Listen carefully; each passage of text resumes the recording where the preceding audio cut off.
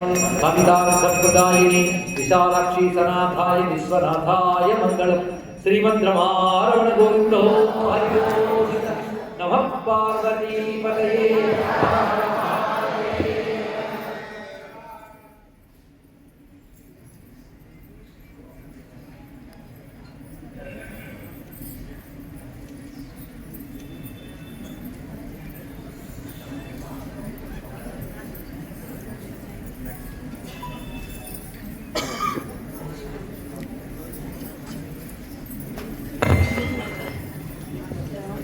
హరే కృష్ణ హరే కృష్ణ హరే కృష్ణ హరే కృష్ణ హరే కృష్ణ. మనం చెప్పకుండా అదే చెప్తుంది కంఠశోషలాగా. మనం ఇప్పటిదాకా చక్కగా విష్ణు వైభవాన్ని పూజ్య సామవేదం షణ్ముఖ శర్మ గారి కంఠం ద్వారా విన్నాం కదా. ఆ విష్ణువు యొక్క మేలుకొలుపు ఒక్కసారి వీక్షిద్దాం.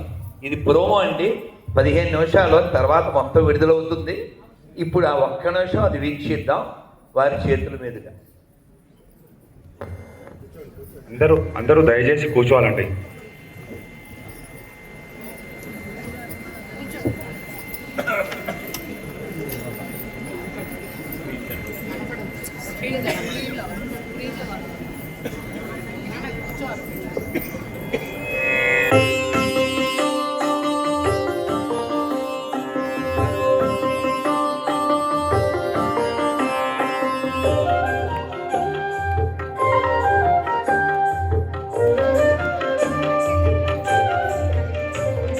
మాధవాయని నిన్ను యాగమూలందరూ మమత చెందున్నారు మేలుకో.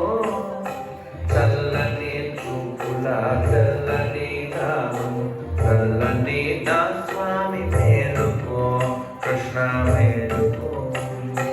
గోవిందయని నిన్ను గోపిక కొల్లవాడందురు మేలుకో. గోపి మనోహర గోవర్ధనోద్ధార్ గోపాల బాలుడ మేలుకో. కృష్ణ మేలుకో. మేలుకో మమ్మేలుకో. మంగళం. హరి ఓం తత్సత్.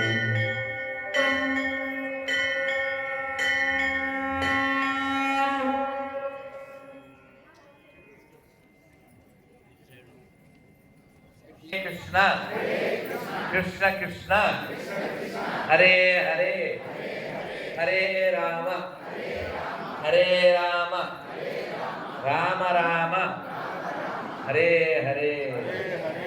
నమః శివాయ నమః పార్వతీపతయే హర హర మహాదేవ్.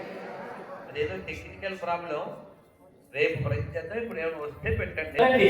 కాబట్టి ఆ పూజ తర్వాత కేదారేశ్వర వ్రతం, రేపు ఉదయం కేదారేశ్వర వ్రతం కూడా మనం ఇక్కడ చేసుకోబోతున్నాం. కాబట్టి చెప్పు కూడా తెచ్చుకోండి. వచ్చేటప్పుడు చెప్పు తెచ్చుకుంటే ఈశ్వర పూజ కేదారేశ్వర వ్రతం రెండు జరుగుతాయి. రేపు మధ్యాహ్నం భోజనం లేదు, అంటే భోజనం లేదంటే ఏమీ లేదు కదా, భోజనం ఒకటే లేదు, పలహారం ఉంది. సాయంత్రం భోజనం ఉంటుంది, ఉదయం పలహారం ఉంటుంది, మధ్యాహ్నం కూడా పలహారమే. అది కూడా లఘుగా తీసుకోవాలి.